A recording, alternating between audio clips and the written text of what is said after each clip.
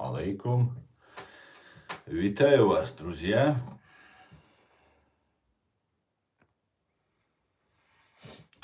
Сегодня 9 июля 2025 года. С вами снова я, Аслан Арцуев, на канале YouTube Reality. Только на канале YouTube Reality, потому что в TikTok мы снова забанены. Причем абсолютно необоснованно. Уже третий раз подряд, 3 по неделе дают нам бан. Но ничего удивительного. Фашистский Китай способствует фашистской России. Ничего удивительного. Но мы из ТикТока пока уходить не будем, потому что этот ресурс пока на России не запрещен. Поэтому не будем уходить. Так, на России большие проблемы с интернетом сообщают, поэтому, вероятно, у нас сегодня будет мало просмотров, мало зрителей, но будем наблюдать. Всем тем, кто находится во временно оккупированной Чеченской Республике Ичкерия, либо в фашистской России или в фашистском Китае, пожалуйста, заботьтесь о вашей безопасности, не пишите комментарии и не распространяйте ссылку на наши страницы. Все остальные присоединяйтесь. Начинаю, как обычно, сообщение от Генерального штаба Вооруженных сил Украины о потерях русских террористов в Украине. За прошедшие сутки уничтожено и ранено 1050 русских боевиков, 5 танков уничтожено, 2 боевые бронированные машины уничтожены, 68 артиллерийских систем уничтожено, 1 антиаэркрафт система уничтожена, 227 БПЛА сбито, 119 автомобильной техники и цистерн уничтожено и 2 спецтехники уничтожено. За сегодня по Украине нанесена самая масштабная атака, произошла дронами и ракетами. Более 700 дронов было запущено по Украине. И это на сегодняшний день самая масштабная террористическая атака фашистской России на Украину. Сегодняшний свой стрим я назвал «ФСБ готовит кровавый сценарий. Новый 1937». Об этом и многом другом давайте поговорим.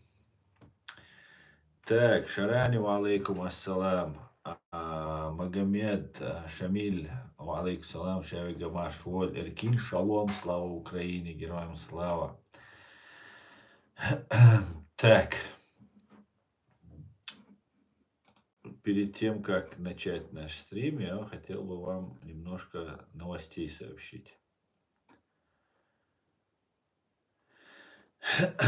Давайте начнем с того, что когда немцы хотят, они на молекулы раскладывают, что им нужно, понимаете? И вопрос по чеченским, так называемым чеченским исламистам и так далее, в этом же контексте будет. Смотрите, какая новость интересная. Россия финансировала антиизраильский портал в Берлине. Выяснили спецслужбы ФРГ. Сообщает нам об этом Deutsche Welle на русском.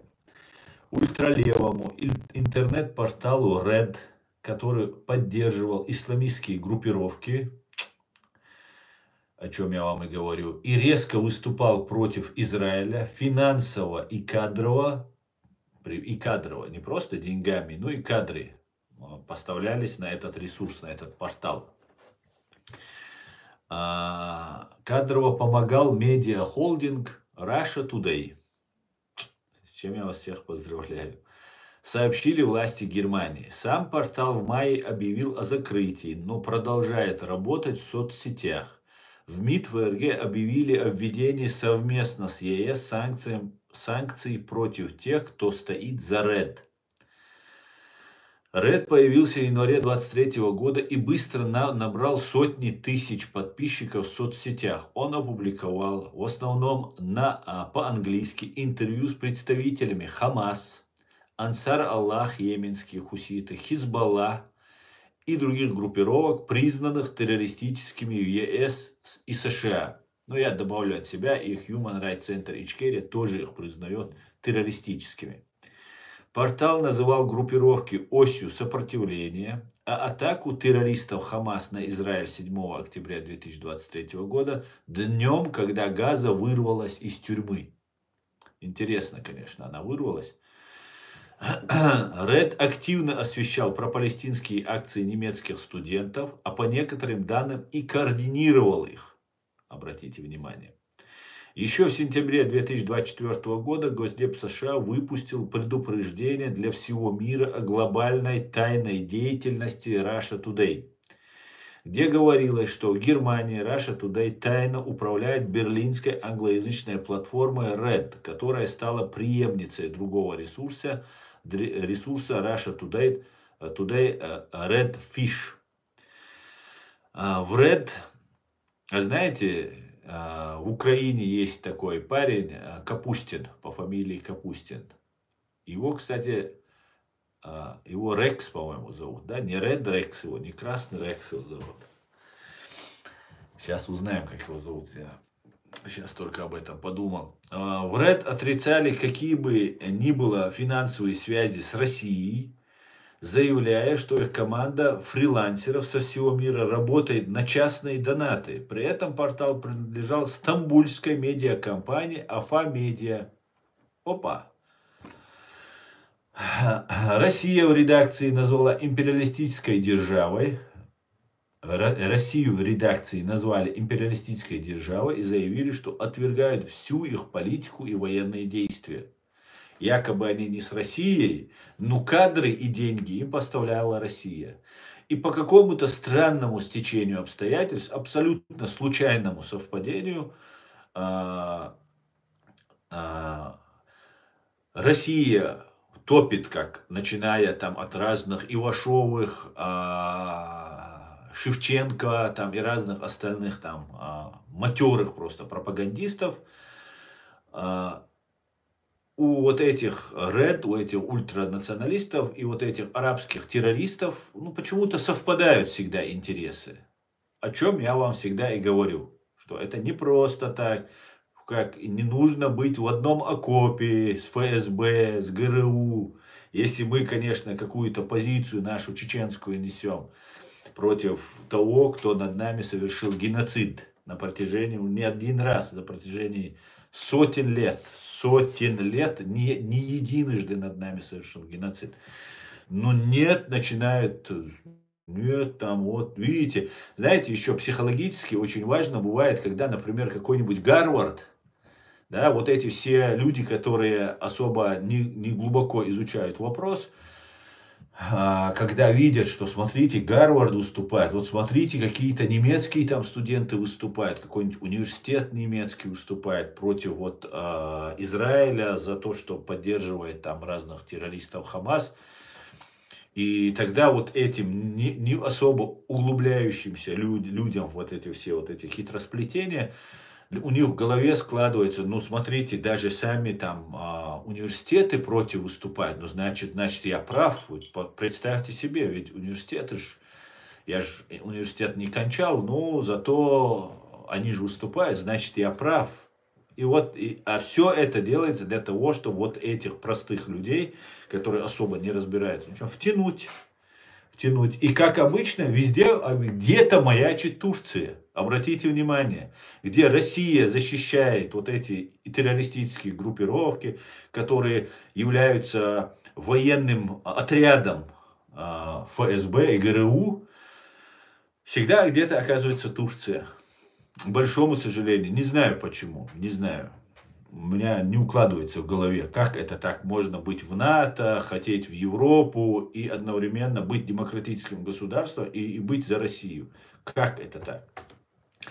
Немецкий эксперт по пропаганде Леон Эрлинхорст в разговоре с Deutsche Welle обратил внимание, что осуждение войны в Украине не доказывает, что портал Red не контролировался Кремлем. Я долго следил за Red и не видел ни одного поста про войну в Украине. То есть это точно не было их главной темой. И вы тоже, наверное, обратили внимание, очень многие люди, где нужно сказать «Слава Украине» скажут, где нужно там что угодно сделать, ну а по факту ведут антиукраинскую деятельность. Понимаете? Это такая вот распространенная практика у них. Если бы они, конечно, били бы себя в грудь, что они за Россию, что они там против Украины, ну, мы сразу их выявили бы. А тут все по-хитрому делается. Все делается так, чтобы вот как-то сделать так, чтобы нас запутать. Нас запутать и людей, которые особо глубоко не посвящены в эту тему. И это очень хорошо. Вот это расследование мне очень нравится. Очень правильно все делается. В полный, не в полный, а полный вперед. Полный вперед. Так, подождите. Правильно выставлю. Так, что у нас по вопросам? Дели салам ашхуль, асламбяк машхуль. Это атака в ответ Трампу, походу, он возобновил поставку оружия. Да, ну, знаете, здесь, если бы нам все рассказывали бы, мы бы быстро бы сделали бы выводы свои. Но так как нам ни спецслужбы, ни политики всего не рассказывают, не только всего не рассказывают, они специально пытаются нас запутать, чтобы не дать нам понять какие-то там свои тайны, секреты, особенно когда идет война.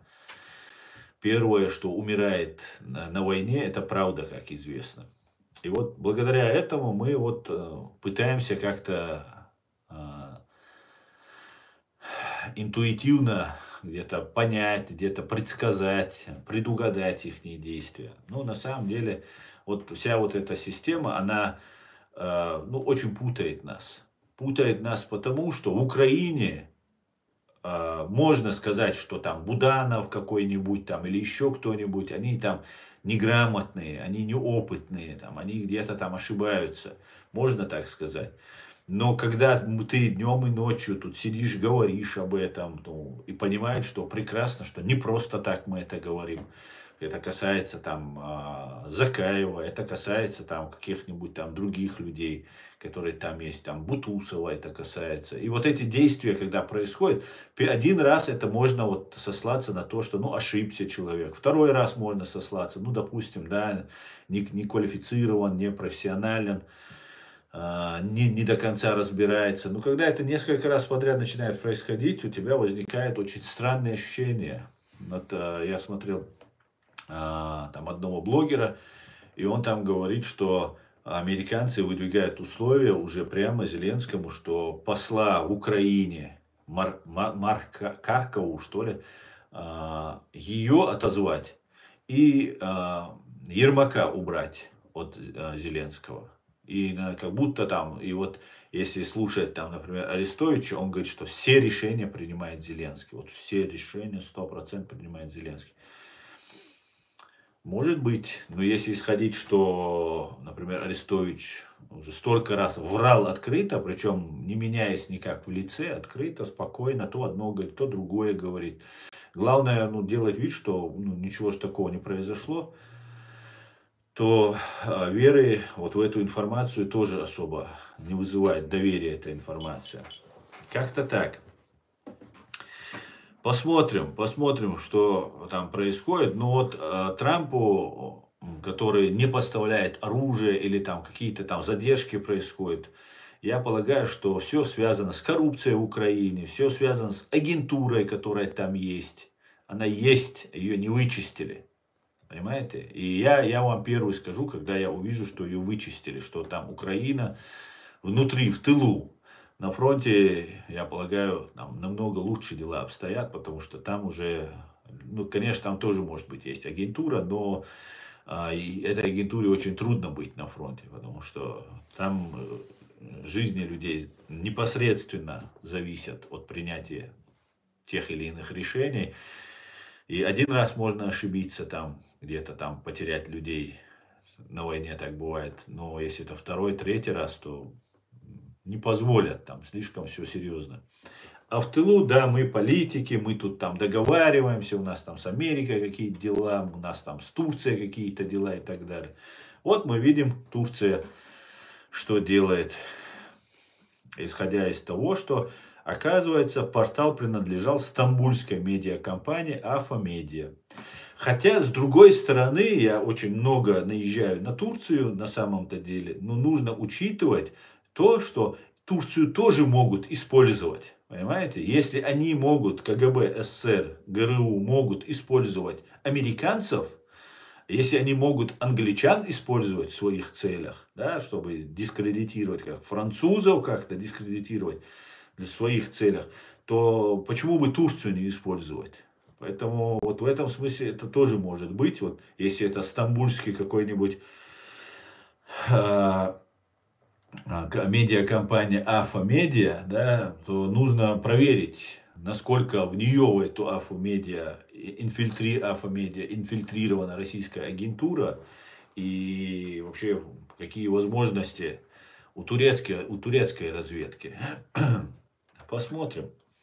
Турция тоже это неоднородный такой орган, неоднородное общество и государство. Так что, я думаю, пора уже Трампу понять, что нас дурят, его выставляют, ну, скажем так, не очень успешным человеком. Все слова, которые говорил Трамп, фактически обманом, давая надежду, что вот-вот Путин сейчас решит, что остановит войну, можно будет сделать перемирие, там ввести войска европейские какие-нибудь или еще что-то. Вот это все уже умерло, все, об этом уже не говорят, как вы заметили, что ведем войска европейские, польские, у нас все готово и так далее, все, об этом уже никто не говорит. Так.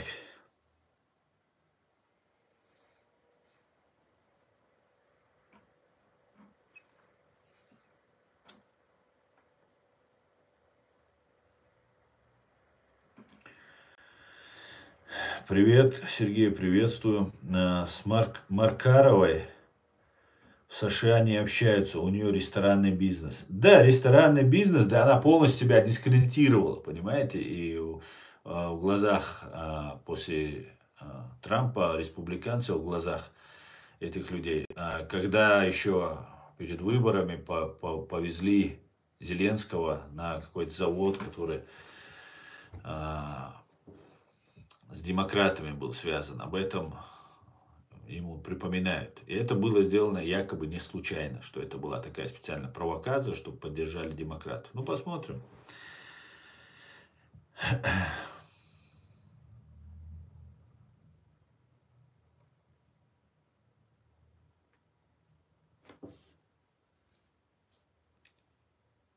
Сергей, по Волжье вас раскусили давно уже все. Вы на зарплате у Госдепа. Ну, честное слово, Сергей, никто мне не платит. Честное слово. Сережа, не мог бы ты в Госдеп сообщить, чтобы они мою зарплату отдали? Что мы на зарплате у Госдепа, ты говоришь? Почему мою зарплату задерживают? Ни разу ни одного цента не получил. Представь себе. По-моему, там какая-нибудь Маркарова у них там сидит и мою там зарплату себе она сворачивает. Что-то мне это не нравится. Надо будет позвонить в Госдеп, спросить, что такое. Можно на тебя, Сережа, ссылаться? Ты не мог бы более немножко документально подтвердить свои беспонтовые, дешевые слова какими-нибудь документами, чтобы я мог в Госдеп позвонить, сказать им, бабки гоните мои,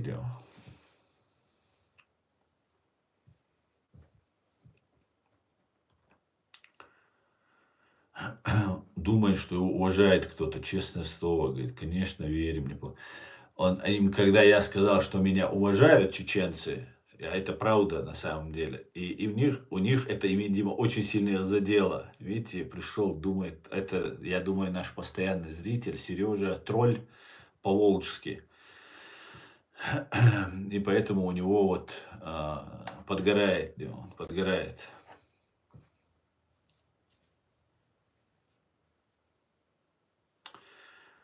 Подгорает у них у всех, что меня чеченцы уважают. И они делают все возможное, чтобы меня не уважали, меня пытаются там как только не запачкать. Не получается ничего.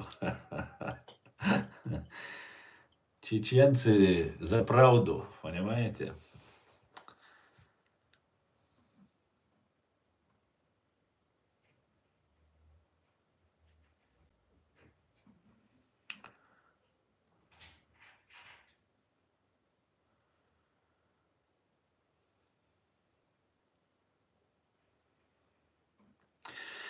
Ну, давайте теперь поговорим о том, о чем у нас название стрима сегодняшнего. ФСБ готовит кровавый сценарий, новый 1937 год. Ни для кого не секрет, что фашистская российская так называемая федерация является садистским, сатанистским государством. Ни для кого не секрет. И мы, чеченцы, очень хорошо это знаем. Мы об этом говорили, кричали на весь мир. Но весь мир делал вид, что его это не касается. Малочисленный чеченский народ, который объявили исламистами, террористами, то пусть и кричат, ну и пускай они там что-то зовут на помощь. Но это они так обманывают нас, считали во всем мире. Теперь, как мы видим, и Джо Байден, еще со времен Джо Байдена, повторяет слово в слово, что мы говорим. Теперь об этом говорит Мерц, повторяет, об этом говорит Борис Писториус, повторяют все, что мы на нашем канале говорили, открыто об этом повторяют.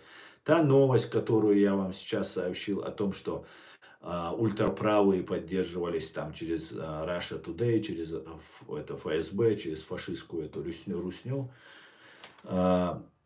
Это все свидетельствует о том, что уже в этом направлении ведется работа. И это все будет выковырено штыком и гранатой, как говорится. Будет это все выковыриваться, вот эта слизь, вот эта грязь, которая вся проникла везде, такая обволакивающая слизь. Это все будет выковыриваться. Это займет время, конечно, но мы видим, что работа ведется в этом направлении, и она будет вестись. А то особенно я верю в силу немецкого правоохранителей, немецких правозащитников. И в этом смысле мы знаем, как немцы умеют работать. Если они возьмут след, то они просто выкопают там все, что возможно, и все поставят на свои места. Единственная проблема, что мне не нравится и у немцев, и на Западе, это нерасторопность, спокойствие такое, абсолютно. Но здесь можно применить поговорку: кто понял жизнь, тот не спешит. А немцы, они поняли, как себя вести. Это величайшая цивилизация, очень древнее, мощное государственное образование, которые очень много в своей жизни, истории видели и имеют опыт. Поэтому, конечно, это все будет выковыривать. Но если они это делают, это не значит, что мы должны им это все оставить и не помогать им. Мы, добросовестные граждане, независимые, свободные граждане, должны помогать нашей Германии, нашему Западу, нашей Европе, чтобы максимально выковырить вот эту слизь, вот эта грязь, которая проникла во все поры, ее чтобы очищали немецкие правоохранители, западные правоохранители. Мы должны им в этом помогать. Поэтому не оставляйте эту работу только на правоохранителей, на их плечи. Давайте вместе все это делать. Выковыривать вот это все дерьмо, извиняюсь, из нашего общества, вокруг нас, чтобы его не было. Чтобы вот эта вся желчь, яд, беспримесное зло покинуло как можно быстрее нас. Поэтому сейчас Россия готовится к этому кровавому сценарию. Также она готовит внутри России репрессии. Уже ФСБ на законодательном основании требует передать им тюрьмы, требует передать им возможности для того, чтобы можно было конвоировать. Этого всего КГБ, НКВД было лишено. Мы все прекрасно знаем историю НКВД, КГБ, ЧК, ВЧК и всех остальных вот этих названий, которые в одно же время, в одной и той же стране неоднократно меняли свои названия, как обанкротившаяся фирма. После массовых злодеяний, которые они творили, они вывешивали новую табличку, расстреливали там какого-нибудь руководителя своего или якобы расстреливали его. И вот после этого как будто вот все вот становилась там новая такая, как будто вот этого вчера не было, хотя все те же кадры, все те же преступления, все те же методы, все те же обучение. но вот как будто этого не было. В одной и той же стране это террористическое образование, террористическое учреждение, ныне ФСБ, которое называется, каждый раз меняло название. Каждый раз. И у них отобрали тогда, они имели право сами судить. Помните, были расстрельные тройки, да, из истории мы это помним. Расстрельные тройки были, где там были, ну, 3 необразованных с 2 классами или вообще без школьного образования, 3 каких-то холопа сидели и расстреливали дворян, там, врачей, интеллигенцию, духовенство, научные разные лица, которые подвергались репрессиям и расстрелам. Помните, еще в советское время КГБ, ну, помните, я говорю условно, из историй, из рассказов, из фильмов, мы помним, что они так массово расстреливали людей, что они ввели правило, что не расстреливают людей, а 10 лет с конфискацией имущества без права переписки. Представьте себе.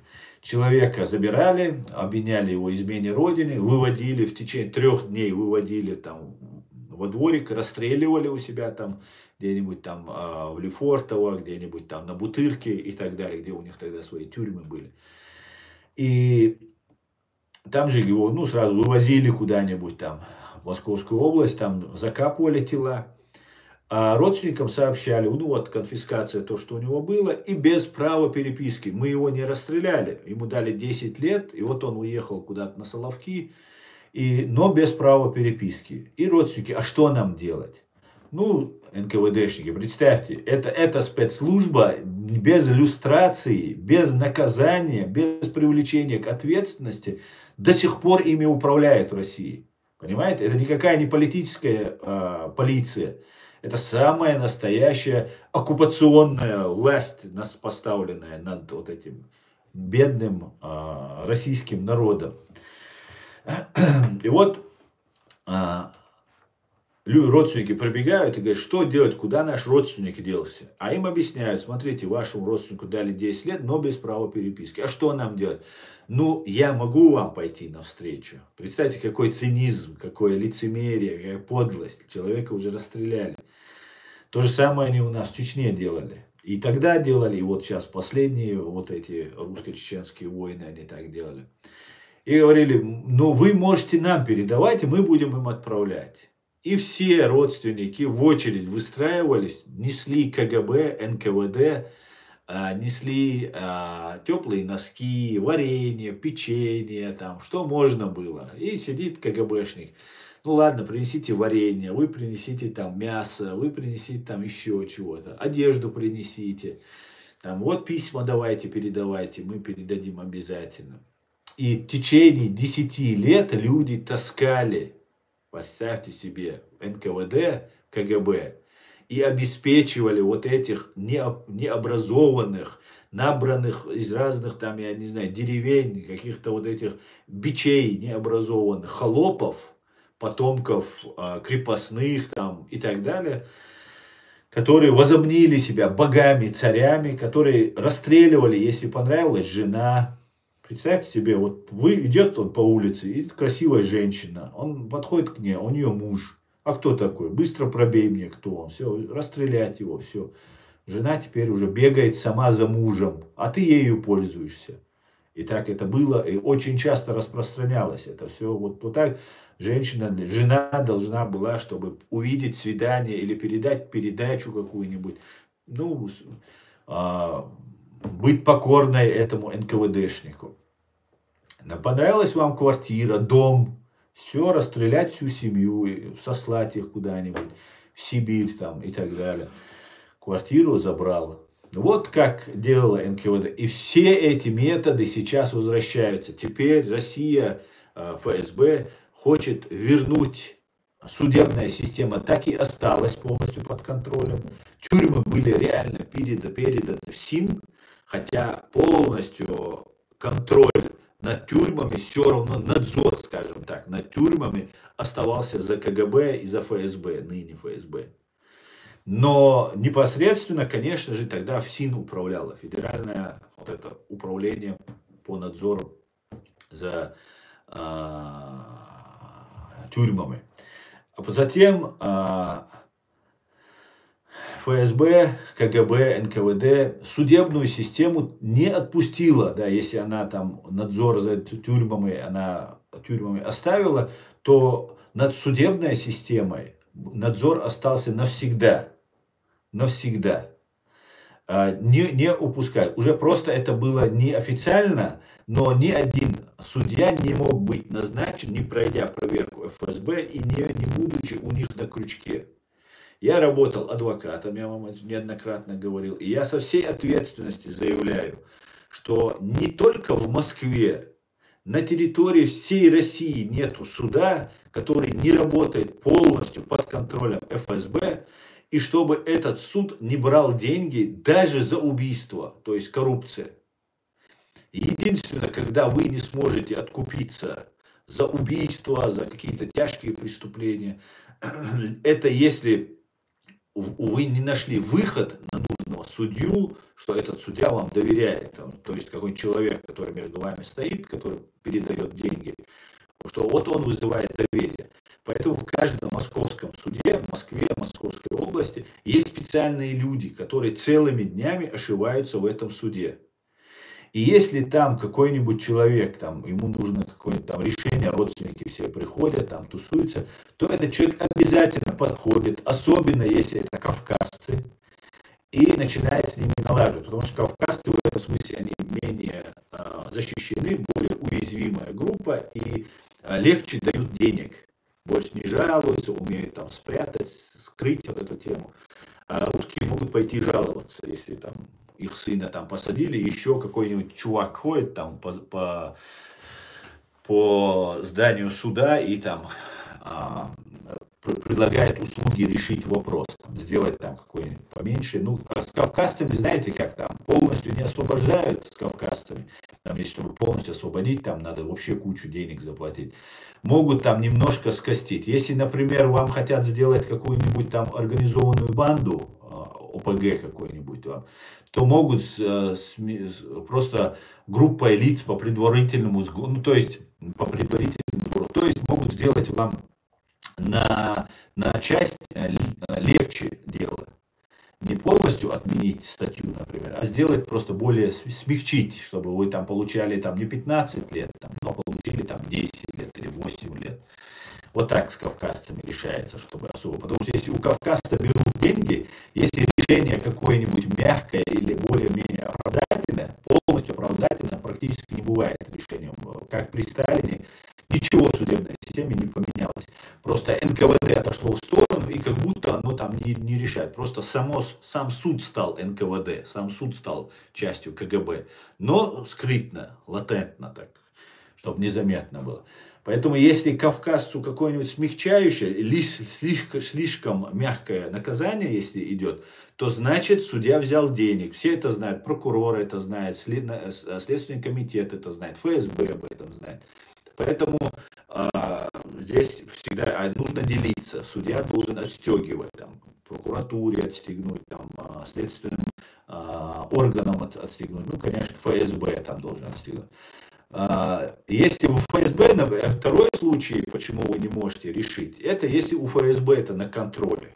Если вы не можете договориться с ФСБ, то суд не будет решать это дело без ФСБ. Если, например, статьи, которые в ведении ФСБ находятся, статьи Уголовного кодекса, в котором обвиняется подсудимый, то в этом случае ФСБ, ну как бы, надо с ФСБ договариваться. Договариваться с ФСБ это не просто бабки заносить ФСБшнику, а это становиться уже его стукачом, надо с ними договариваться.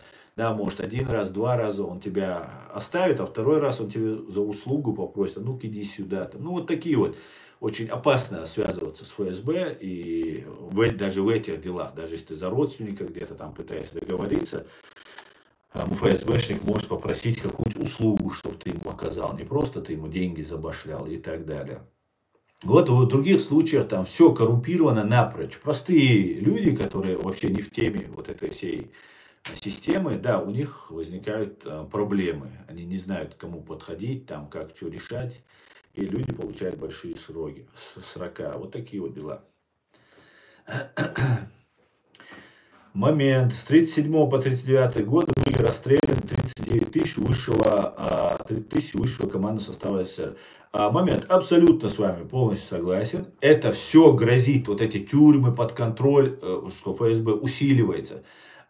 Именно связано с тем, в том числе не просто несогласных, но и несогласных военных в первую очередь.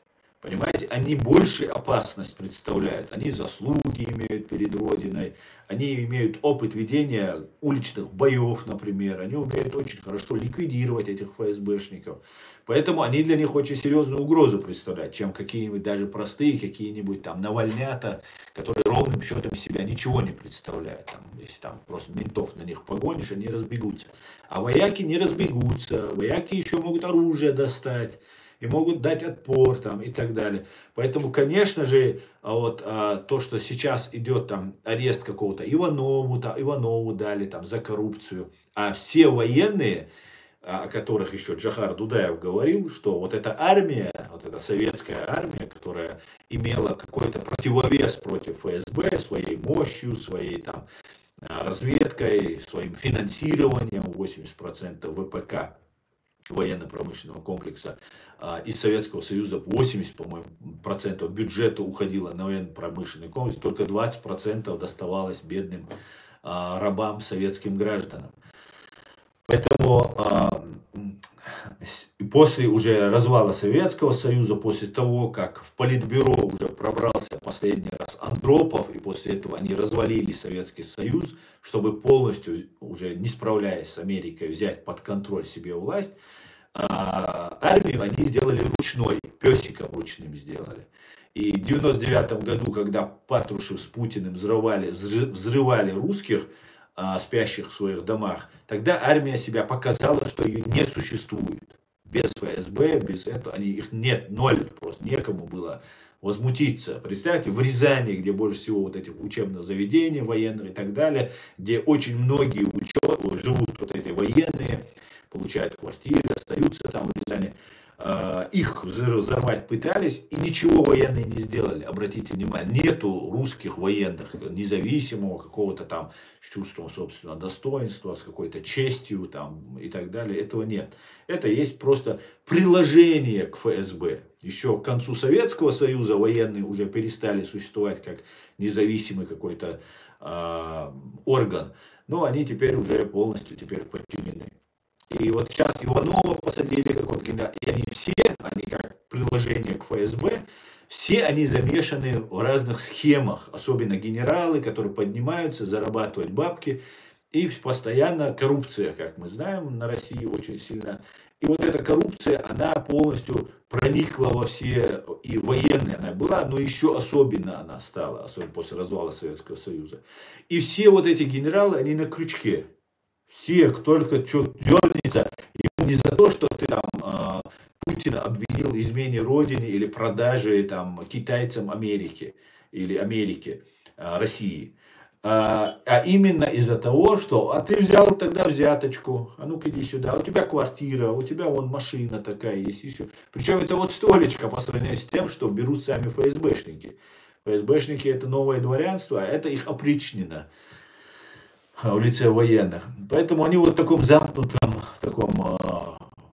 положении оказались. Поэтому, да, конечно, будут расстреливаться, будут сажаться. Обязательно будет отмена моратория на смертную казнь. Обязательно будут расстреливать. Просто, пытаются играть на чувствах, пытаются изображать из себя какой-то там, не знаю, не очень полностью фашистское государство, хотя бы для своих, чтобы военные особо не встали. Потому что если военные встанут, то реальная сила, она у военных, реальная. Единственное, чего нет у военных, у них нет управления. Потому что все управление, весь их генералитет, почти весь, скажем так, генералитет, он входит под ФСБ. Вот и все. Они в заложниках фактически. Они управляют их марионетки. Так, давайте дальше. Сейчас я ваши комментарии чуть переверну, сколько вы тут настрочили.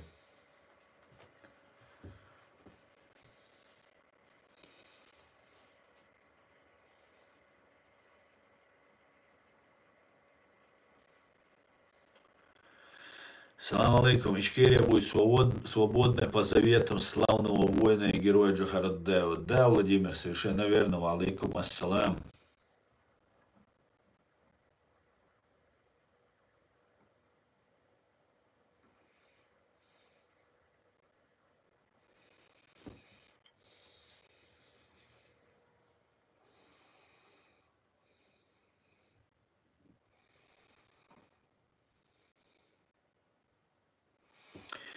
10 миллионов корейцев пришлют в Москву для защиты Кремля. Да, да, может не 10 миллионов, но уже ж, они же поэтому и завозят их сюда.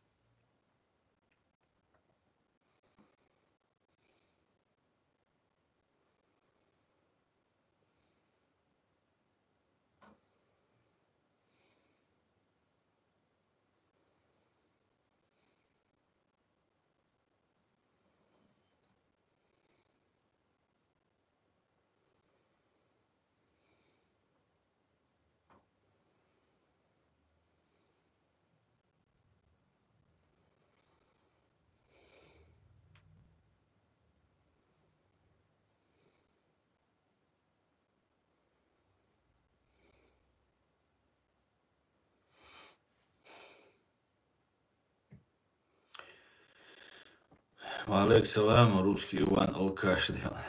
Ну ты ник выбрал.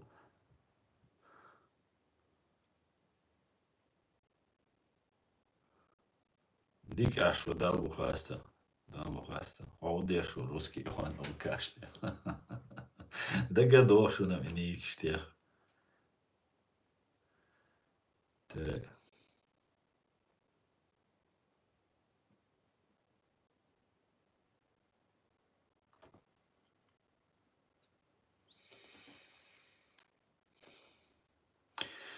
За одну ночь пребывания в архивах КГБ СССР я из ярого сторонника коммунистической идеологии стал ярым противником Дмитрий Волкогонов. Я не удивлен, я удивлен, что Дмитрий Волкогонов был сторонником коммунистической идеологии. Дмитрий Волкогонов возглавлял главное управление, политическое управление армии СССР, профессор, доктор исторических наук. Тем более, как он мог этого не понимать? Это же все понимали, немножко думающие. Просто потом уже, когда все осознал, нужно сказать, не-не-не, я ни при чем, я же этого не знал. Понимаешь, как это делается? Видите, у нас как мало сегодня, друзья. Это то, что на России идут большие сбои с интернетом. В интернете.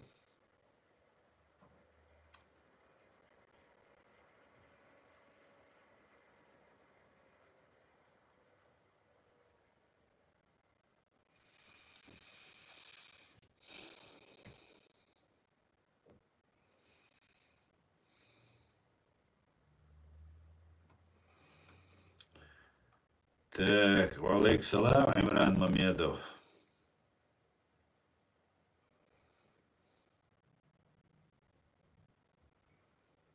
Зажиточных крестьян повесить.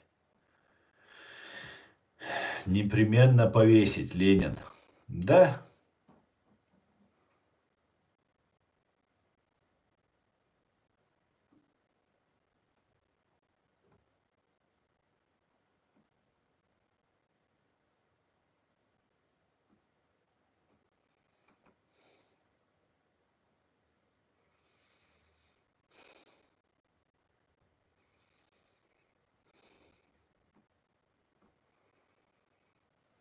Слава Украине, героям слава, героям слава. Вот такие вот дела, друзья, у прокурора. Так, вы в эфире, снова мы в эфире. Сбои, сбои, сбои.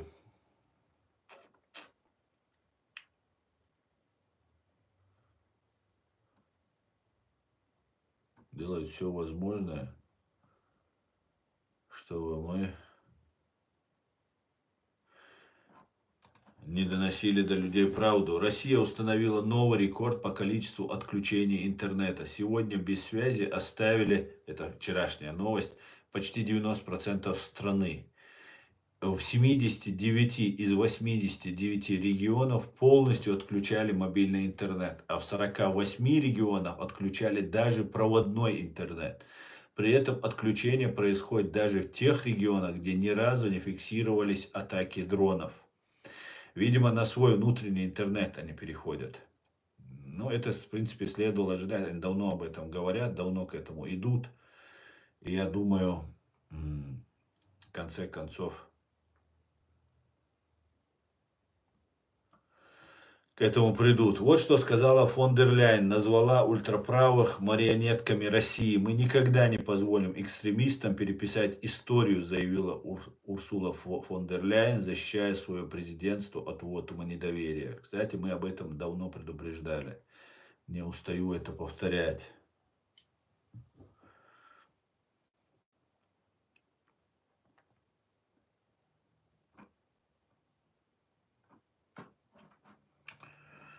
Вот такие вот дела, друзья.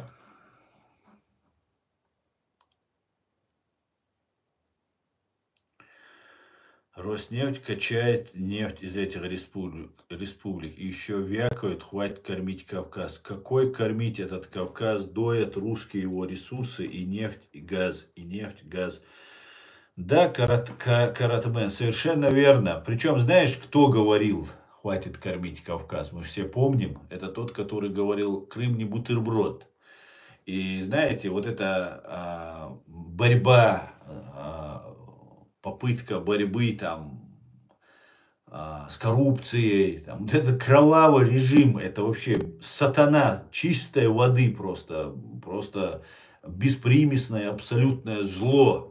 А какая-то коррупция, где-то там домики построили, уточки у Медведева там плавают там в этом озере и так далее. Ну что за бред? Что за бред здесь? Людей просто в таком в крупном таком военном масштабе просто людей перемалывают, совершаются геноциды целых народов. Ой, да вы тут украли миллион, вы украли миллиард. Да там все воруют. А что, сам Навальный не воровал, что ли? Я думаю, что Навальный тоже не идейный пацан, который за бесплатно все это делал. Ну вот они нам рассказывают. Это самый лучший, который, представьте себе, Навальный это самый у них лучший, который хватит кормить Кавказ. Почему не говорит, вот Роснефть, перестань качать нефть и оставь все чеченцам? Почему не говорил этого Навальный? Во время геноцида он сравнивал борцов, кавказских борцов за свободу, сравнивал с тараканами. И предлагал легализовать оружие, там с пистолетом сидел и рассказывал. Это фашня самая настоящая. Посмотрите, его жена что говорит, такая, немножко такая, уже начинающая походить на Волочкову, да, видимо, из-за одного и того же пристрастия. Чей Крым? Ну, фактически, это Крым российский, говорит. Ну вот и все, что вам нужно знать. Яшин и вся вот эта кодла, их ведь не обменяли. Им начали рассказывать, что их обменяли, там обмен произошел. Нет, был обмен 8 на 8, 8 американцев и немцев на 8 россиян, террористов, шпионов, бандитов и так далее. А этих нагрузку просто в подарок русские передали Западу. То есть свою агентуру сюда заслали. Понимаете? Там, как его, Карамурза, как его этот, ну и вся вот эта гоп-компания, которая, ну, мы, чеченцы, прекрасно их знаем просто. Все прекрасно мы их видели, и нам не нужно рассказывать про эти сказки. За все это время ни один из них их обменивали, ну, якобы их обменяли же на этих, на немцев и англичан, на российских террористов и там шпионов. И когда их освободили, ни один из них не сказал ни одного слова про Зелимхана Хангашвили, которого убили и обменяли на Красикова. Ну, если их обменяли. А их не обменяли на этих. Их просто даром, в дар передали. Вот дарим вам. Передали просто. Для чего они нужны тут на Западе, не знаю. Ну, вот их передали. Вот смотрите, мы вам передаем и этих, сказали. Если, правда, на Западе сказали, зачем они нам нужны, на этом бы вопрос закрылся бы. Ну, почему-то здесь на Западе какие-то свои игры с ними играют. Не знаю, какие, для чего. Ну, вот такая вот получилась интересная ситуация. Ни разу никто, не то, что они раньше об этом говорили, когда ни Карамурза, ни Яшин. Яшин боролся с Кадыровым, якобы себе пиарился на этом. Ни Навальный. Это все были абсолютные имперцы. Всегда. Абсолютно всегда. А тут, даже когда их обменяли, якобы, ну и то не сказали. Ни разу я от них не слышал, пока я уже давно, правда, не слушаю, потому что никогда они об этом не говорили. Вот и все. Вот все, что нужно знать об этих русских либералах, русских там демократах и так далее. Это самые настоящие, те же самые имперцы, которые также работают на КГБ. На КГБ. Прямо или косвенно? Я думаю, прямо. Бертран Рассел. О возникновении фашизма. Сначала они очаровывают дураков, потом, видимо, дураками. Немцов, Политковская. Да, совершенно верно, совершенно верно. Немцов, Политковская тоже были имперцами, я вам скажу. Это тоже не секрет ни для кого. Но это были более-менее, которые пытались спасти русских. Вряд ли у них это получилось бы, как мы видим. Даже если бы их не убили, я имею в виду. Не к своему интернету, а к китайскому. Ассаламу алейкум. Кстати говоря, Виктор, я думаю, вы правы. Да, кстати говоря, об этом, скорее всего, и речь. Я об этом как раз и не подумал. Да, скорее всего, свой так внутренний интернет так они не смогли создать, они подключатся к китайцам. Да, вполне возможно. Очень даже вероятно.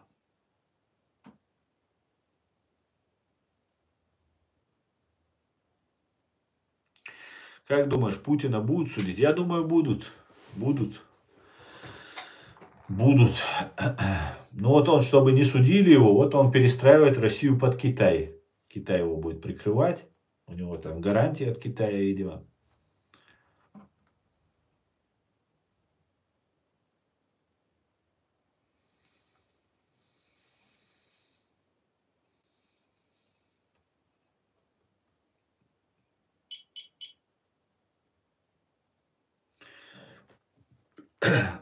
Крах империи неизбежен. Папа Римский, империя пала.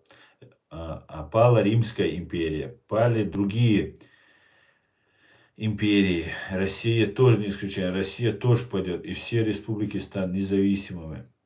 Иншаллах. Дай Бог, Каратман. Дай Бог. Нужно ли этим республикам? Я вот не могу понять. Понимаете, свободу никто бесплатно за просто так никому не дают. Понимаете? Если вы не боретесь за свободу, и вот ваша империя, которая вас захватила, держит себя в руках. Если вы не боретесь за свою свободу, то если эта империя ослабла и приходят другие какие-то силы, то они просто с вами не считаются. Потому что что с вами считаться? Зачем считаться?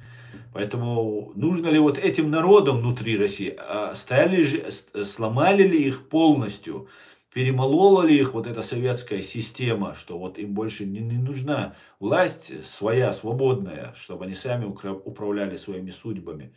Либо им нужно, чтобы кто-то ими управлял. Придут там турки, придут там иранцы, придут американцы. Кто ими будет управлять? Вот что интересно. Хотя Америка, в принципе, в этом смысле, она никакая не империя. В этом смысле с Америкой можно взаимодействовать. Но вот смогут ли управлять они сами? А американцам не нужно, чтобы они управляли. Это туркам нужно. Турки своего там человека сажают, и вот он там решает все. Вот где нужно, кого надо там, подвинуть, отодвинуть, все, он уже сам решает. А тут вот есть своя марионетка турецкая. И как империя Турция так управляет. И в этом смысле от России она не сильно отличается управлением.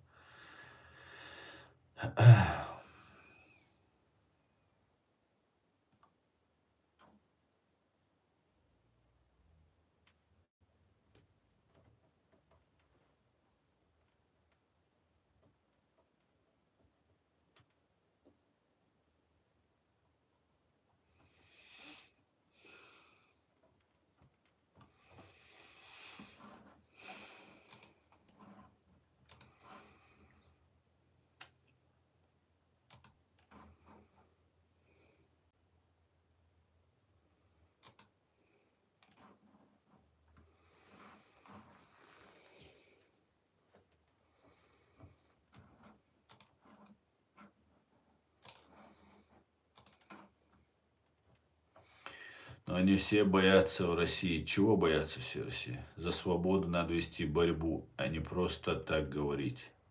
Они все боятся в России.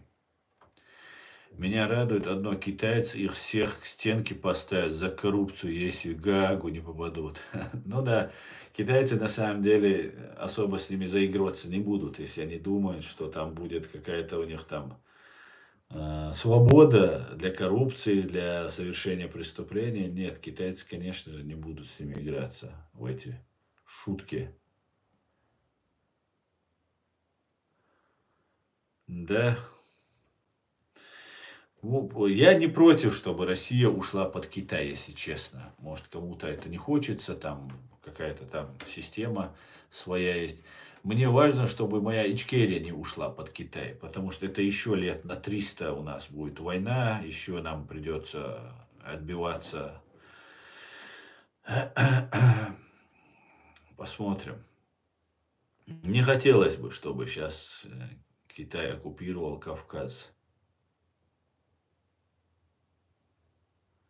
Очень не хотелось бы.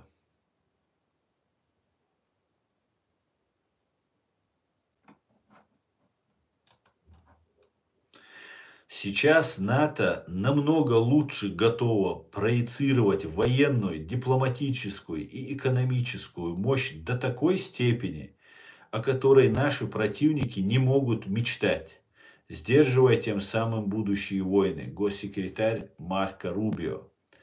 God bless Америка. Супер просто, парни. Я вами горжусь, Дион. Так держать. Так держать, Дион. Так, когда интервью из Москвы? В смысле, что ты имеешь в виду? Ты имеешь в виду, что меня там похитят и вывезят на Россию?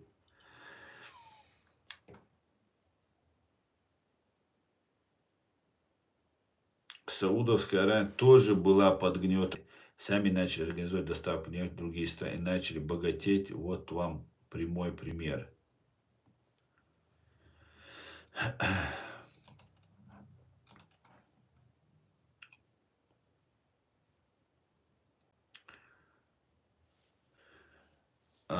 Саудовская Аравия и Арабские Эмираты, и многие арабские страны, они, мне кажется, сами согласились продавать эту нефть. Нет? Мне кажется, они сами попросили только дайте образование нашим детям. И полностью отдали им, и по-моему, там зарядили им такой нормальный процент, по-моему, там за больше 50% от прибыли должны были забирать вот эти компании. Но потом немножко все это потом урегулировалось, там сроки на какой-то срок, по-моему, на 25 лет, что ли, заключалось. После этого чуть-чуть стабилизировались цены, и благодаря вот тому, что вот есть у них образование, вся вот эта молодежь учится, получает там лучшие университеты, они учатся. Смотрим.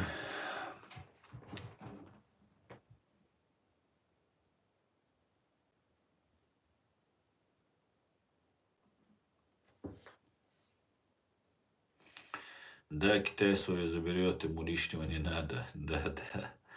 Масуд, Китай не оккупирует Ичкерию. У Ичкерии есть свой лидер. Это Аллах. Масхуд, я не понял, конечно, что ты сказал. Конечно, красиво, громко звучит, просто бессмысленно как-то звучит. Мне кажется, лидер Аллах всего живого на земле. Нет? Может, я неправильно тебя понял, дело? Наша страна оккупирована, если ты не забыл еще. И она находится под оккупацией. Причем под оккупацией страны, которая очень сильно боится и США, и Китая.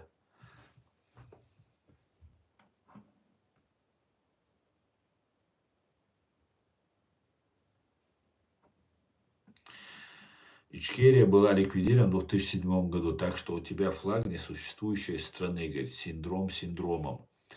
Знаете, я обратил внимание, что слово Ичкерия очень не хотят произносить. Даже некоторые наши добровольцы, находящиеся в Украине, и некоторые лица, которые позиционируют себя якобы там за нашу свободу и независимость. Может, на самом деле они так считают, но они не произносят слово Ичкерия, потому что это такое страшное слово, которое русским очень не нравится. И они пытаются везде его дискредитировать, это слово Ичкерия. Вот, например, вот этот деятель нам расскажет, что в 2007 году была ликвидирована.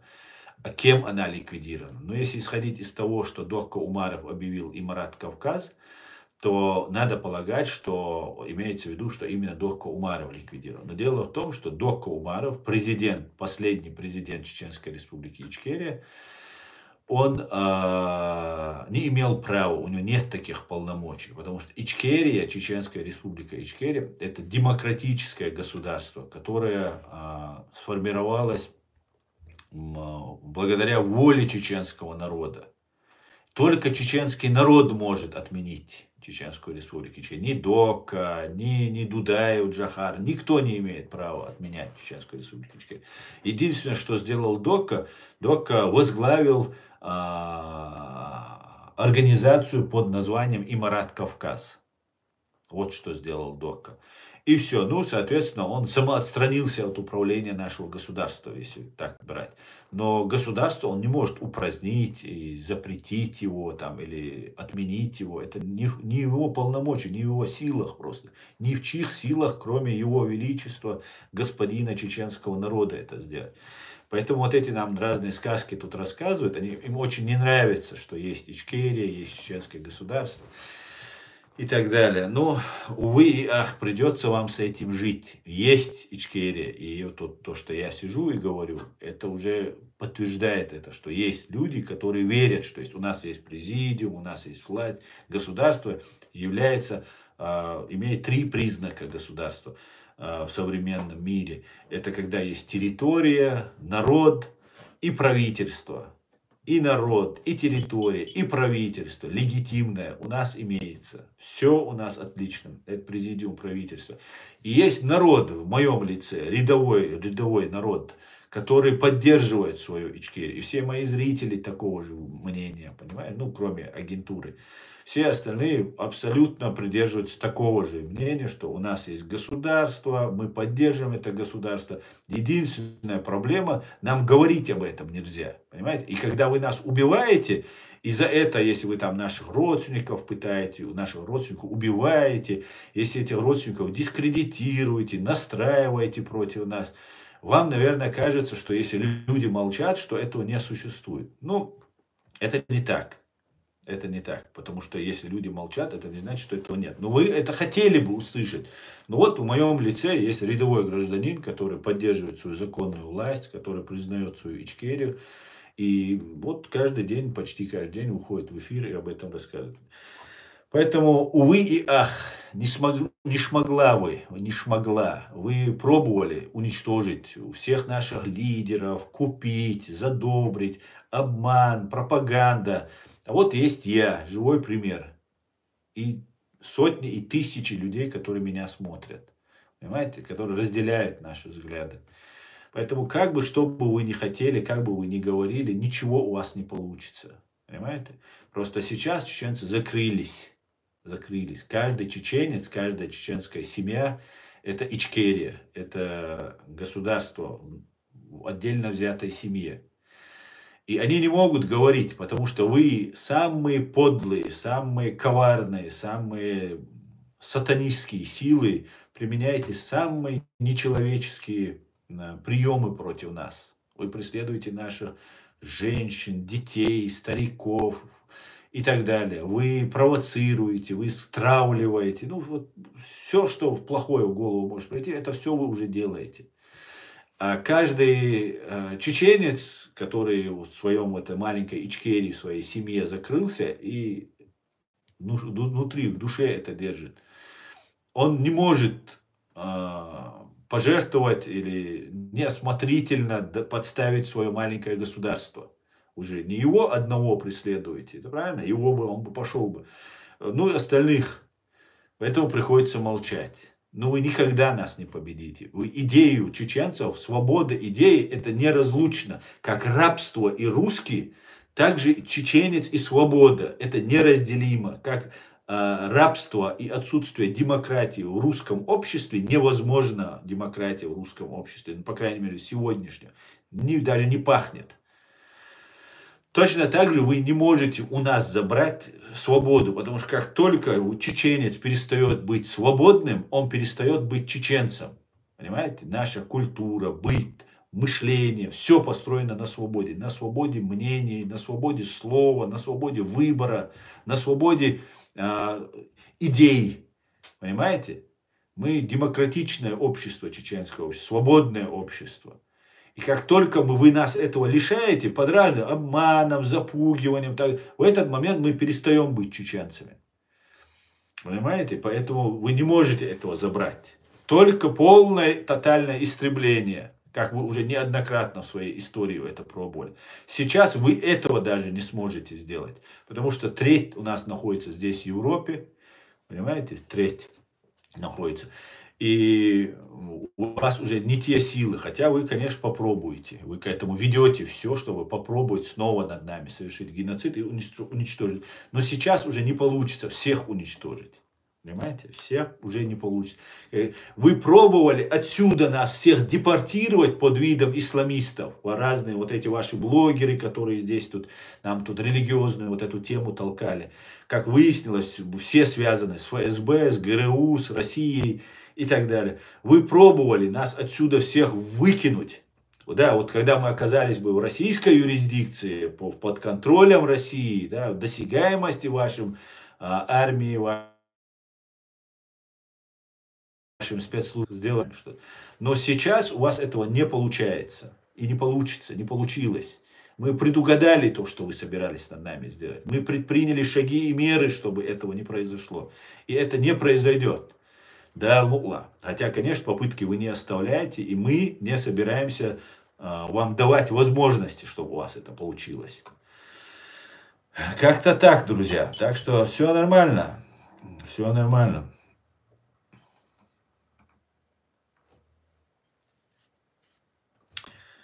Асан, в вашем эфире слышал, что в оккупированном Мариуполе селят беглых сирийцев. Ну, кто-то, может, писал, я помню что-то, что, да, там, говорили, будут заселять там палестинцами, сирийцами. Может быть, я что-то прочитывал в эфире. Ну и дальше в чем вопрос? Я сейчас не могу вам сказать точно, было у меня в эфире это или нет. Ты же опрос планировал с Красной площади, сам говорил. Обязательно, конечно. Ну как, после деоккупации.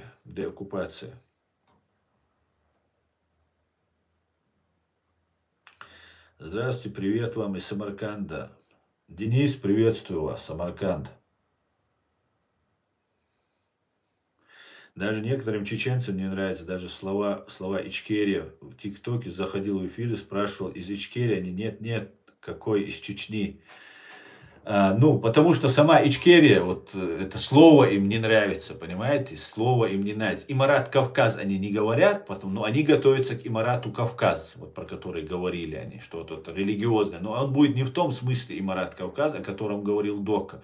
Это будет новый уже Имарат Кавказ, полностью под управлением российских и турецких спецслужб. Я вот так это вижу. Они это готовят. Поэтому им слово Ичкерия не нравится. Им не нравится Ичкерия. Ну, не нравится, пусть не нравится. Что поделаешь, всем не угодит Ичкерия.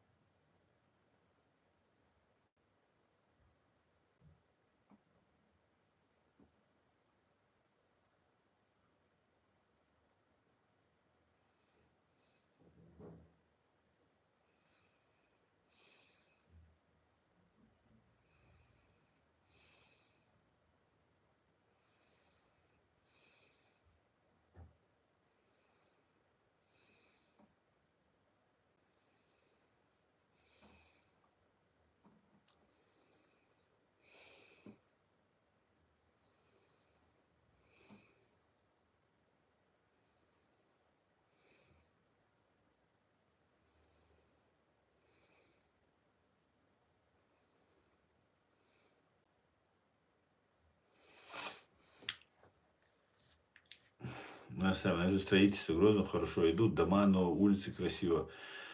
Вот другие города, поселки тоже идут строительство, но если знаешь, конечно. Но я исхожу из того, что очень сильно они пытаются продавать квартиры, значит их никто не покупает. Это раз.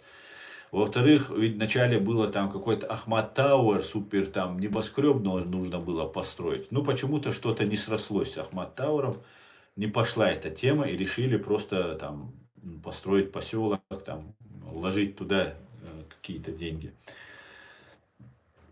Поэтому, ну, не знаю я, там, чего они там строят. Я знаю, что качество строительства, ну, отвратительное просто, которое там строят. Вот что я могу сказать, поэтому никто ничего не покупает. Плюс еще я бы не советовал никому покупать, потому что могут начаться боевые действия. Если сейчас Азербайджан тянется, а по всей видимости, и Азербайджан, и Средняя Азия, и все тюркские народы, они будут втягиваться в вот это противостояние с Россией, и против них нас будут выставлять, имеется в виду вот этих пророссийских чеченов и остальных кавказцев, которые там проживают, как они выставляли против Украины нас, против Грузии, как выставляли. Вот когда в 2008 году были, ямадаевцев вот своих отправляли. Поэтому в этом смысле они будут, мне кажется, дальше пытаться противостоять. И нам могут начаться боевые действия. Весь Кавказ, и в том числе и временно оккупированная Чеченская республика Ичкерия, могут быть втянуты в конфликт.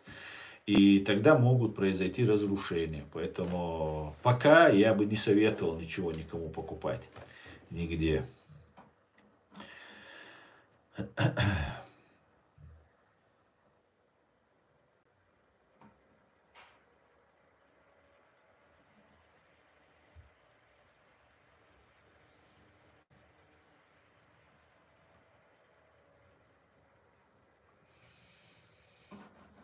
Так, так, так. Так, так, так. Ну, видно, на Россию вообще интернет поприжали. Сегодня что-то у нас мало зрителей.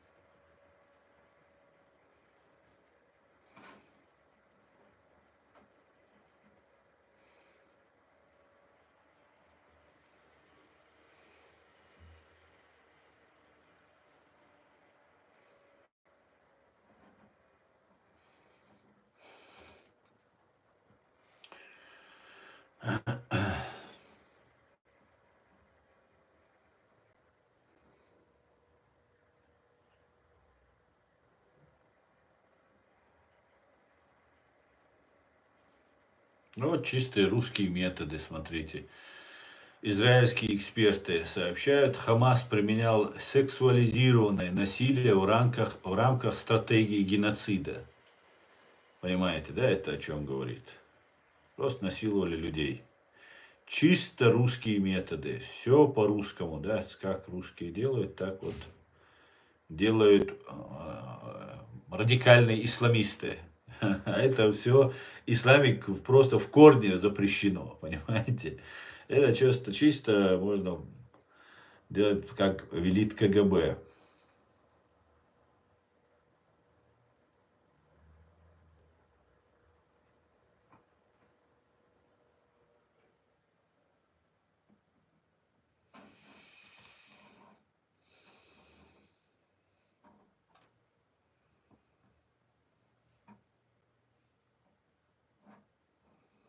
Вот бесит американцев. Да, да, Сгрей, очень бесит.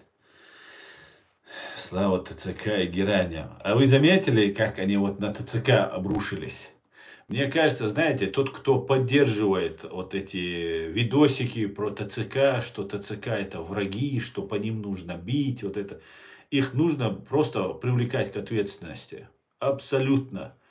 Просто, я вот смотрел российское телевидение, они давно к этому шли, я вот наблюдал, когда же российские каналы начнут, вот, официальные их каналы говорить про это ТЦК, так они мимолетом так показывали, что вот там захватывают, берут бедных там на фронт забирают и так далее. Сейчас, да, где-то нарушения, может, перегибы есть, я это ничего не отрицаю, все это может быть абсолютно.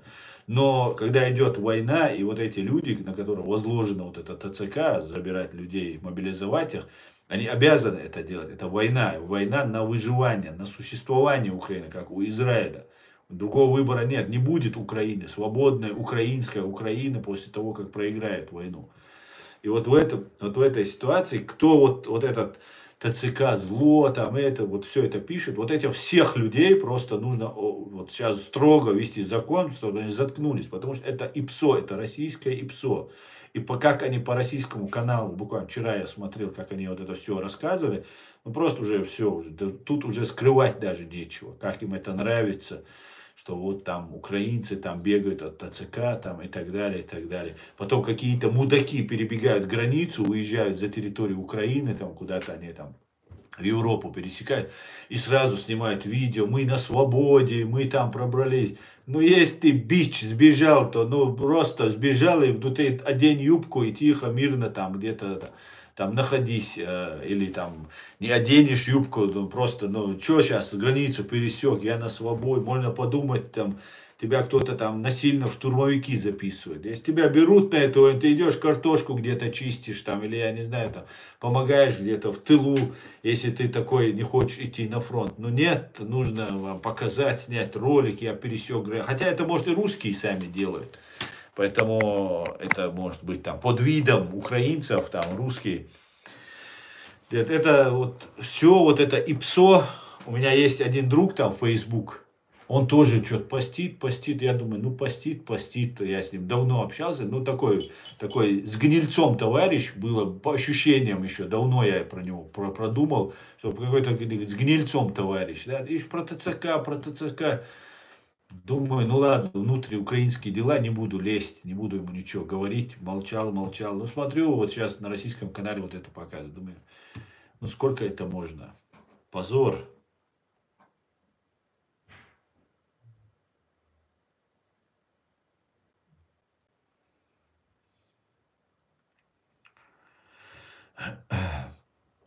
Привет, Павел, привет. Дай Бог, дай Бог.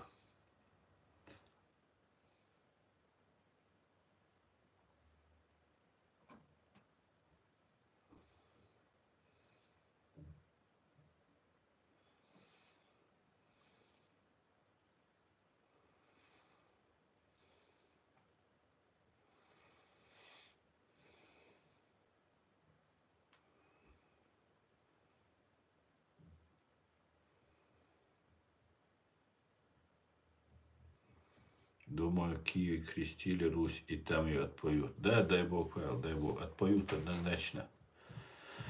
Отпоют однозначно.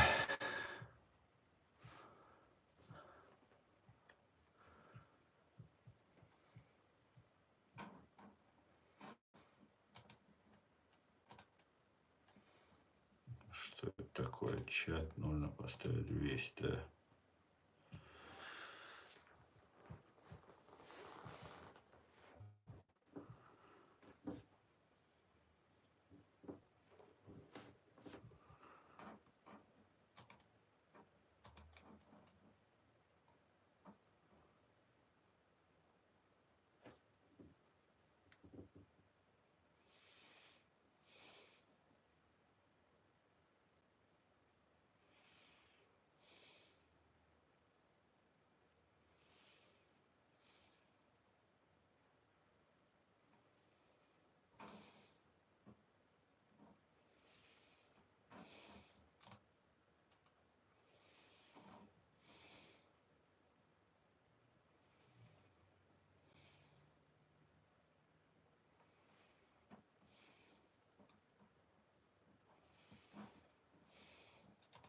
Да, Ленина по-настоящему не читал. Как ленинские работы. Ну да. Как цитатник, вот все на борьбу с Деникиным, там, так сказать, еще 2-3 речь Ленина. Как раз, по-моему, про эту Волконовскую голову. Так. Миру нужно бороться с бедностью, а не воевать с друг другом. Граждане той страны будут уважать такую страну, где не будет бедных людей. Сам пророк Мухаммад, мир ему, учил бороться с бедностью и помогать нуждающим.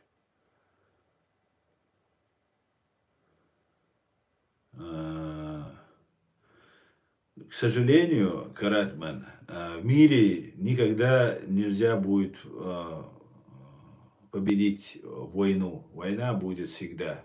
К большому сожалению, люди не относятся к людям с человечностью, с пониманием. Относятся так, чтобы себе хапнуть, себе заработать, себя сделать великим. Вот к чему они идут. Мир войны, да, Дмитрий, здесь я с вами соглашусь. Мир войны. Мир войны, совершенно верно. Скоро ночь и снова русский террор по мирным городам. Да, Сгрей, сегодня нанесли самую массированную атаку, и, по всей видимости, они будут и так наносить ее. И знаете, сейчас, когда они очень чувствительно вот, на эмоциях играют, на чувствах играют, сейчас сказали, что там Израилю нужны противоракетные установки. И все, значит, они начали активно засылать, чтобы и украинцы сказали, вот видите, американцы нам не до конца помогают, вот евреям помогали, а нам не помогают. И чтобы вот разочаровать украинцев, чтобы вот все, они все сделали, чтобы чеченцев разочаровать в американцах и в Западе. Понимаете? И американцы, и Запад, ну, вел себя высокомерно, вел себя невежественно, понимаете, абсолютно не понимая, что происходит, какие глубинные процессы происходят на этом постсоветском пространстве, вот на вот с этой КГБ, ФСБ. И благодаря этому они очень многого добились. Они, когда приезжал Билл Клинтон, убили Джохара Дудаева. Вот представьте себе. Фактически опустили Билла Клинтона. И всех американцев обвинили потом, не сразу, потихонечку обвинили в том, что они помогали нам это делать. Понимаете? И это делал Кавказ-центр и Мавлади Удугов. Вот эту нам мульку запустил основную, озвучил, запустил, там, фейковую фотографию применил, где там Джохар Дудаев смотрит небо, там летит ракета там, и так далее. Поэтому, да, они такую работу ведут, и нельзя поддаваться на это. Украинцы, не дайте себя обмануть, не дайте себя настроить против Америки. Да, Америке нужно говорить. Америка, пожалуйста, вот здесь ты ведешь себя высокомерно, вот здесь ты ведешь себя невежественно, вот здесь ты несправедливо себя ведешь. Конечно же, американцы думают о себе, о своей стране. И на этом и как бы манипулируется эта ситуация. Но если бы американцы знали бы, что если приезд Клинтона в Москву и убийство Джохара Дудаева потом сделает миллион чеченцев ненавистниками там, Запада, Америки, то они бы 100 раз подумали бы, а зачем нам нужно из целого народа делать себя врагами, не воюя против них, не нанося им никакого вреда. Просто их лидера убивают русские, но делают так, что американцы к этому причастны. А американцам не нужно это. Ну, мне кажется, не нужно любой стране, любому себя уважающему государству. Ну, зачем врага себе лишнего наживать, если ты и так не враг им? Ничего американцы плохого нам, чеченцам, не сделали. Они пытались ядерное оружие, свои интересы, ядерное оружие России, СССР взять под контроль, бактериологическое, биологическое, химическое оружие, которое было много у Советского Союза. Им нужно было взять это под контроль. Нужно было решить вопрос Югославии, из Югославии, с маленьким СССР. И, ну, потерпим, ну да, там погибнет, там чеченцы погибнут. Ну, мы же не виноваты, мы же их не убиваем. Ну, логика, это понятно. Ну, а в итоге делается так, что люто начинает Америку ненавидеть во всем мире.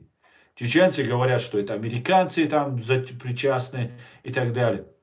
Например, Билл Клинтон говорит о том, что малой кровью решите вопрос, когда русские пытаются войти в начале войны, в декабре 1994 года, когда русские начинают вводить войска, видя крупномасштабное вторжение фашистской России на территорию Чеченской Республики Ичкерия, Билл Клинтон призывает малой кровью. То есть он хочет сказать, что нужно это делать не так масштабно. Ну, сказал, в начале, когда эти слова говорятся, они как бы вызывают как бы поддержку. Ну да, зачем вот этой большой кровью заходить, это делать, если можно там как-то пытаться договориться или провести там какую-то точечную операцию проводите. Но эти слова потом Биллу Клинтону через 1,5 года после убийства Джохара Дудаева преподносят, как будто он сказал именно в момент, когда убили Джохара Дудаева. И говорят, вот смотрите, он же сказал так. И все это потом объединяется в одно, ретроспективно, что те слова, когда были сказаны, это излюбленная тактика КГБ, когда они ретроспективно, то, что было раньше, меняют по времени. Слова используют, которые ты сказал в определенном месте, используют в другом месте. И у них очень хорошо это получается. И потом это ложится, вот убить Джохар Дудаев, и быстро такая информация, малой крови. Значит, нужно было убить Дудаева. Так это уже не малой кровью, туда танки вошли, все вошло, и Дудаева уже много раз и так пытались убить, еще до начала даже войны. Но где-то какая-то оброненная фраза, где-то что-то использовано, неправильно сказанное слово, или же сказано с какой-то другой целью, контекстом, используется потом против. Понимаете? И все это потом накладывается, потом объясняют, что американцы виноваты, там, чуть ли там русские уже ничего там не при делах вообще. Значит, все американцы делают. А американцы, которые хотели нефть, англичане, которые хотели нефть, газ русскую подешевле, они, и высокомерие не позволяет опускаться до каких-то там чеченцев, великая там супердержава там и так далее. А величие заключается в твоей справедливости, не в твоей армии, не в твоих деньгах. Твоей справедливости. Америка стала такой не потому, что у нее много оружия. И я уважаю Америку не потому, что у нее много оружия или денег, а потому что она справедливо относилась, даже где нарушала где-то была несправедлива, всегда пыталась исправить это. За это она стала великой, за это она стала той, куда со всего мира стремились переехать, жить, помогать и так далее.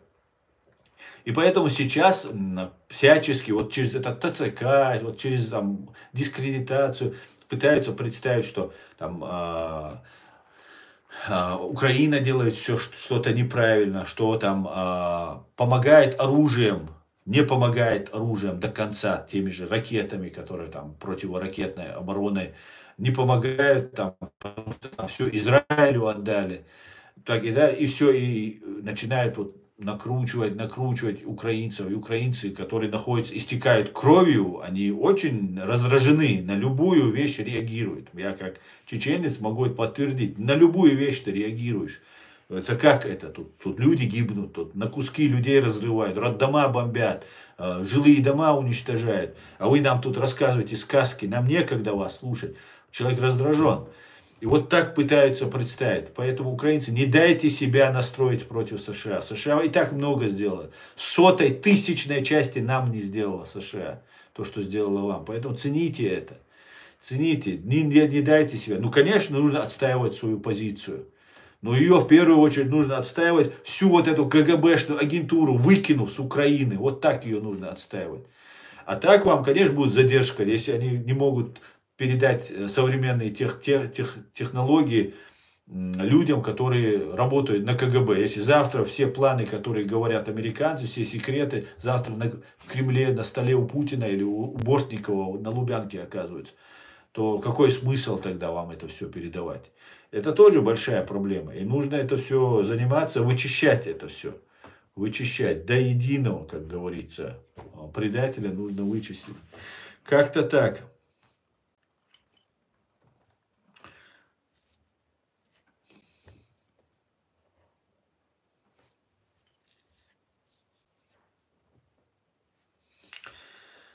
Так.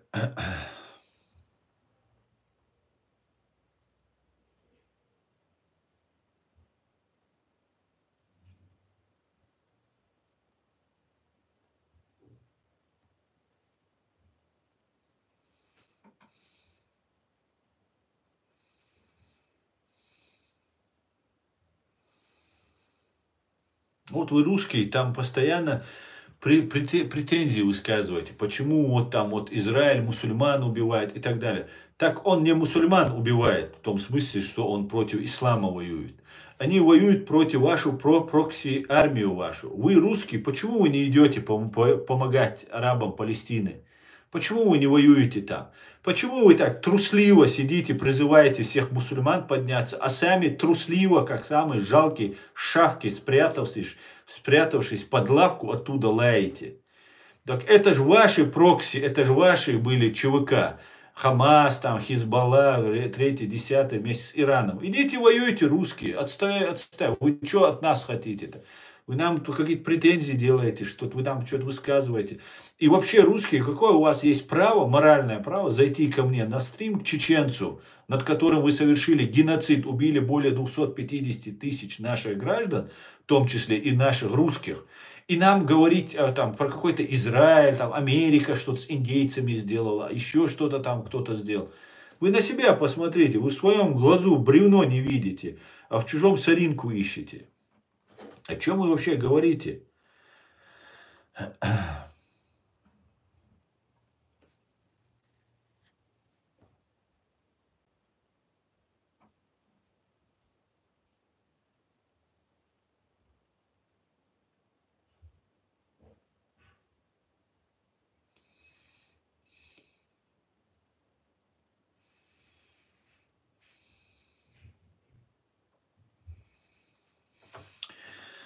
Так, ладно, друзья.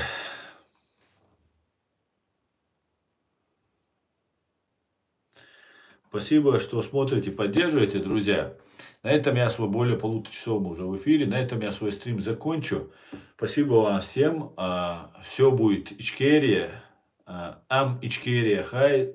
Ичкерия ам диинду. Слава Украине, ам Израиль хай. God bless Америка. Вива Грузия. Алла Азербайджан. Всего хорошего, друзья. Адикюэль Маш Ойл. До свидания.